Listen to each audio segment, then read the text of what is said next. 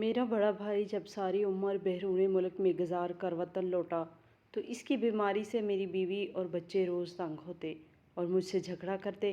میں نے ایک دن اپنے بیمار بھائی کے کھانے میں نیند کی دوا ملا دی اور اس کو سوتے ہوئے گاڑی میں ڈال کر ایدھی سینٹر کے سامنے پھینک کر بھاگ آیا۔ 1 مہینہ گزرا تھا، مجھ کو کورٹ سے نوٹس ملا، میری ساری جائیداد جو میرے بھائی کے پیسوں سے بنی تھی وہ نیلام۔ میرا نام سہیل ہے۔ میری زندگی عام سے بھی عام گزرتی رہی تھی۔ غربت اور تنگ دستی کے دن میں نے بھی دیکھے اور میری ماں اور باپ نے بھی دیکھے تھے۔ لیکن پھر ایک وقت ایسا آیا کہ ہمارا گھر تھوڑا سا سہارا پکڑنے لگا، اور یہ سہارا ہمیں میرے بڑے بھائی کامران نے دیا۔ وہ مجھ سے 10 سال بڑے تھے اور میری آنکھوں کے سامنے جوانی کی دہلیز پار کر کے وہ وقت سے پہلے ہی بوڑھے سے لگنے لگے تھے، کیونکہ غربت انسان کی جوانی بھی کھا جاتی ہے اور اس کا سکون بھی۔ میرا بھائی ہمیشہ کہتا تھا کہ ہم اسی غریبی میں جینے کے لیے پیدا نہیں ہوئے، ہمیں آگے بڑھنا ہوگا، کچھ کرنا ہوگا، اور وہی جذبہ لے کر ایک دن وہ پردیس چلا گیا۔ لیکن اس نے دبئی یا سعودیہ جیسے قریب کے ملک کا انتخاب نہیں کیا، بلکہ وہ امریکہ گیا، جہاں پہنچنے کے بعد شروع میں اس نے 2-4 سال کے فاصلے پر واپس آ کر ہمیں دیکھا بھی اور اپنے آنے سے گھر میں رونق بھی ڈالی۔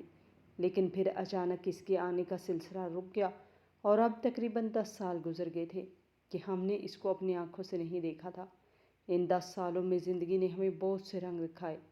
اماں بھی اس دنیا سے رخصت ہو گئی، ابا بھی چلے گئے اور گھر کی بڑی ذمہ داریاں میرے سر پر آ گئی۔ اسی دوران میری شادی بھی ہو گئی، بیوی آئی تو گھر میں تھوڑا سکون اور تھوڑی رونق بھی آئی۔ اللہ نے مجھے بچے بھی دیے جو آہستہ آہستہ بڑے ہونے لگے۔ کامران بھائی وہی امریکہ میں رہتا اور مہینے 2 مہینے بعد پیسے بھیج دیتا۔ میں اکثر اسے فون کر کے کہتا کہ بھائی، میں یہاں بے روزگار ہوں، میرے لیے بھی کچھ انتظام کرو۔ لیکن حقیقت یہ تھی کہ میری ایک اچھی خاصی نوکری تھی جس سے مجھے 1.5 لاکھ روپیہ مہینہ ملتے تھے، لیکن میں اس بات کا ذکر کبھی بھی بھائی سے نہ کرتا، بلکہ اس کے بھیجے ہوئے 7 سے 8 لاکھ روپے ہر سال بڑے سکون سے اپنے بینک اکاؤنٹ میں جمع کرتا جاتا۔ پیسے بڑھتے گئے تو میں زندگی میں ایک نیا موڑ دیکھنا شروع کیا۔ میں نے ایک بہت بڑا اور شاندار گھر بنا لیا جسے دیکھ کر لوگ حیران ہو جاتے کہ اتنا بڑا کیسے ہو گیا۔ پھر میں نے ایک نئی گاڑی بھی خرید لی جس کا خواب میں نے بچپن میں بھی نہیں دیکھا تھا۔ یہاں تک کہ میں نے ایک کاروبار میں بھی کچھ پیسے لگا دیے اور وہاں سے بھی ماہانہ آمدنی آنے لگی۔ اب تو گھر میں ہر چیز مکمل تھی، بیوی اور بچوں کو جو بھی چاہیے ہوتا میں فوراً لا دیتا۔ میری زندگی سکون میں ڈوبی ہوئی تھی، ہر دن اطمینان سے گزرتا تھا اور مجھے لگتا تھا کہ اب کوئی پریشانی باقی نہیں رہی۔ پھر ایک دن ایک فون آیا اور وہ میرے بھائی کامران کا تھا۔ وہ کہہ رہا تھا کہ وہ پاکستان واپس آنا چاہتا ہے۔ اس کی آواز میں ایک عجیب سا سکون اور تھکن دونوں کا ملا جلا رنگ تھا۔ شاید پردیس کے 20 سال گزار کر وہ بھی اب اپنی مٹی میں واپس سانس لینا چاہتا تھا۔